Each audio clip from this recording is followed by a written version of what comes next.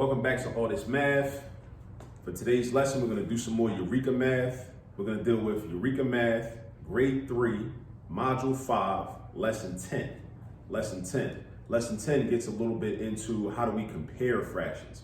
But before we do that, since I have this hoodie on, I want to send a shout out to Central State University. Central State University is a historically black college located in Wilberforce, Ohio, the town of Wilberforce. And actually, Wilberforce should be familiar to us as well because there's another historically black college right across the street from Central State University called Wilberforce University. Wilberforce University, of course, had a professor there many years ago by the name of William Edward Burghardt Du Bois, otherwise known as W.E.B. Du Bois. W.E.B. Du Bois taught there before leaving Wilberforce University and coming to Philly to do his sociological research and his sociological study that would later become the text, The Philadelphia Negro, that I highly recommend us reading, or at least reading parts of, to kind of get an understanding of the history of Philadelphia. It's an excellent book for understanding the history of Philadelphia, especially black communities in Philadelphia. All right, so another thing about Wilberforce University is that another Pan-African scholar by the name of Martin Robeson Delaney is actually buried not far from Wilberforce University and Central State University out in that area of Ohio. And I want to say that Wilberforce University and Central State University are probably the northernmost historically black colleges. I'm not too sure. I would need to check my geography on that, but I think that they're kind of far up, right? I don't know, Medgar Evers College over in Brooklyn, that's kind of northern. I'm not sure which schools are northernmost. But anyway, I just want to give a shout out to Central State University and Wilberforce University, W.E.B. Du Bois, Martin R. Delaney. Research these people if you only know a little bit about them. Research to learn more about them. Research these people if you've never heard about them before. All right, now on to today's math lesson. In today's math lesson, we're going to do some examples, again, as I said, from Lesson 10, Grade 3, Module 5, Eureka Math. We're comparing fractions. Now, when I say compare, I mean we're going to tell which fraction is greater, less than, or equal to each other, right? Which fractions are, which one is greater than or less than, or if the fractions are equal to each other. So here we got to first understand the symbols, right? Just like we understand emojis when we're sending text messages, right? Or replying to, comments on social media. We got to understand the symbols, all right? So this is if we're reading from left to right, this is all right, I'm in an actual school while I'm recording this video. This is real, in real time. This is real life. All right, so anyway, this is greater than. This is the is greater than sign. This is the is less than sign. So is greater than, is less than. Is greater than, is less than. And this, of course, is the equal sign, right? One thing to keep in mind is that the open part always faces the bigger number. The open part always faces the bigger number. Some teachers refer to the open part as a crocodile mouth or alligator mouth, right? It always eats the bigger number, right? The crocodile or the alligator always eats the bigger number, right? Right? So that's one way to remember it, right? The open part is always going to face the bigger number or the bigger amount or the bigger quantity. The pointed part is always going to face the smaller amount or the smaller quantity. The pointed part is always going to face the smaller amount or the smaller quantity. All right?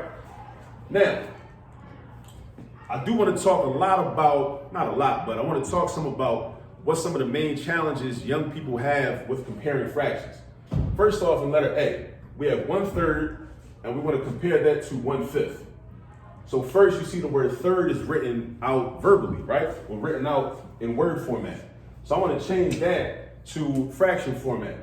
So 1/3 is going to be the same as 1/3. So young people need to understand that when they see third, think 3. Third, 3, right? And the 3 goes in the denominator. The bottom number is the denominator. The first number is your numerator. The second number mentioned is the denominator. So then we got 1/3, and we also got 1/5, right? So that's going to be 1/5, right? So that's one thing young people need to understand, is that when they see the word third, they should be thinking of 3 in the denominator. When they see the word fifth, they should be thinking of 5 in the denominator. Now, One of the main challenges is this. When young people learn how to count and they learn the value of numbers, they understand that, okay, 5 is more than 3, just like $5 is more than $3. But if they don't understand the concept of fractions, that would lead them to think that 1/5 would be greater than 1/3. 1/5 is not greater than 1/3. You actually have to apply the opposite type of logic in this situation. Because think about what's happening. What does 1/3 actually look like? 1/3, you can draw a rectangle like this, right? You cut it into 3 equal pieces. 1/3 is one of those pieces, right? But then 1/5, let's say you draw the same size rectangle. It's got to be the same size rectangle.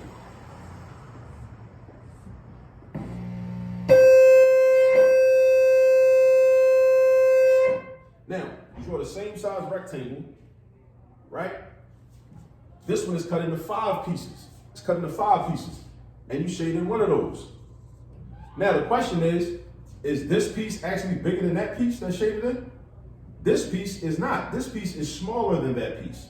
So that's why this 1/5 is smaller than, see, I just messed up. I just messed up.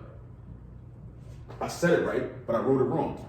1/5 is actually smaller than 1/3. See, the open part faces the bigger quantity. The open part faces the bigger amount. Open part, bigger amount. Open part, bigger amount, right? So 1/5 is less than that, because look at how big they are. That's smaller than that, right? Just imagine if you had like, I don't know, a piece of candy, a hoagie, whatever. And if you cut it into 3 pieces, the question is, which piece is gonna be bigger? If you cut it into 3 pieces, is that piece gonna be bigger than if you cut it into 5 pieces? If you cut it into 5 equal pieces, and again, equality is important because these are equal pieces, right? All the same size. So if you cut something into 5 pieces, 1 piece is gonna be smaller than if you cut the same size thing into 3 pieces, right? So that's what you gotta think about when we talk about fractions and we compare fractions, right? 1/3, 1/5, 1/3, 1/5. All right, now let's look at 1/7. 1/7, oh, let me write my answer. So 1/3 is bigger than 1/5. Again, open part, bigger amount. Open part faces the bigger amount. The alligator is gonna eat the bigger amount. Open mouth, facing the bigger amount. All right, the pointed part facing the smaller amount. Now, what about 1/7 and 1/4? So that's 1/7. This is 1/4. So again, you start with an object. If you cut it into 7 equal pieces, and then you have another object the same size, you cut that into 4 equal pieces. Which object is gonna have bigger pieces? A quarter is gonna be bigger than a 7th, or a 4th is gonna be bigger than a 7th. So we do that. Now, 1/6, that's the fraction 1/6, and then this is 1 with the word 6. So that's 1/6. So this is the same thing as this, right? 1/6, 1/6. If they're the same thing, then it's not greater than, it's not less than, it's equal to. Whenever they're the same thing, it's equal to, right? Now, 1/10, 1/10, 1/12, already a fraction. Again, 12 pieces versus 10 pieces. Which piece you think will be bigger? 12 pieces or 10 pieces? If it's 10 pieces, it's less pieces. So therefore the pieces are gonna be bigger. Each piece is gonna be bigger. That's the concept that we have to get our children to understand. We have to get our children to understand that if you take an object, a candy bar, a hoagie, a sandwich, anything, some type of food, or like anything, right? You take something and you cut it into a certain amount of pieces. The denominator tells you how many pieces you're gonna cut it into, right? That's what the denominator does. It tells you how many pieces you're gonna cut it into. So we cut it into 10 pieces, right? Or we cut it into 12 pieces. If we cut it into 12 pieces, each of those 12 pieces are gonna be smaller than each of those 10 pieces because you had to make more pieces. And as you cut into more pieces, the pieces get smaller and smaller. That's something for you to remember. That's gonna help you understand the concept. The more pieces that you cut an object into, the smaller the pieces get. Keep that in mind. Write that down. Memorize that, what I just said. The The more pieces you cut something into, the pieces get smaller and smaller. So, if you go back to letter A, if we compare 1/3 and 1/5, I took something, I cut it into 3 pieces. I took something, I cut it into 5 pieces. The more pieces I cut it into, the pieces get smaller and smaller. So 5 pieces is more than 3 pieces. So the more pieces I cut it into, the pieces themselves get smaller and smaller. So that means that 1/5 is less than 1/3. 1/7 versus 1/4. I take something, I cut it into 7 pieces. Or if I cut it into 4 pieces, 4 is not as many as 7. So the 4 pieces are going to be bigger than each of these 7 pieces. Or each of these 4 pieces are going to be bigger than each of these 7 pieces. So again, the more pieces you cut something into, the smaller the pieces will be. The more pieces you cut something into, the smaller the pieces will be. And that's a fundamental concept when we deal with fractions. If your children can master that idea and understand that, then whenever it's time for them to compare fractions, they'll just remember my words, and then they'll be able to know, okay, 1/3 is greater than 1/5. 1/7 is less than 1/4. 1/6 and 1/6 are the same thing. So that rule doesn't really apply because they're the same thing. So they're equal to each other. But then we have 1/10 and 1/12. The more pieces I cut something into, the smaller and smaller the pieces get. So 12 pieces is more than 10 pieces. And the denominator tells us how many pieces something is being cut into. How many pieces your fraction strip is being cut into. How many pieces your rectangle is being cut into. How many pieces your birthday cake is being cut into, right? So the more pieces I cut it into, the smaller and smaller the pieces get. So since 12 pieces is more than 10 pieces, that means that 1/12 is less than 1/10. And again, the open part faces the bigger amount, the pointed part faces the smaller amount. Open part faces the bigger amount, pointed part faces the smaller amount. And that's what we have. All right? And again, this was lesson 10 from module 5, from grade 3, from the Eureka Math curriculum. All right? Now, what I want you to do is do some practice with your children. All right? There's some other problems in their Eureka workbook that they can work on, and you can just really just make up fractions and just give them to them and just ask them, listen, is 1/5 less than 1/2? Is 1/5 more than 1/2? Is 1/10 more than 1/11? Is 1/11 more than 1/10? You can just ask them questions like that, just randomly, just in the house, wherever, when y'all in the car driving somewhere, wherever y'all be at. You know what I mean? All right?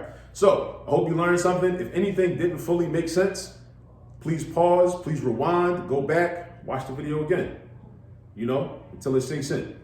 All right? Thanks for tuning in, and until I see you next time, this is Professor Parker with All This Math. Peace.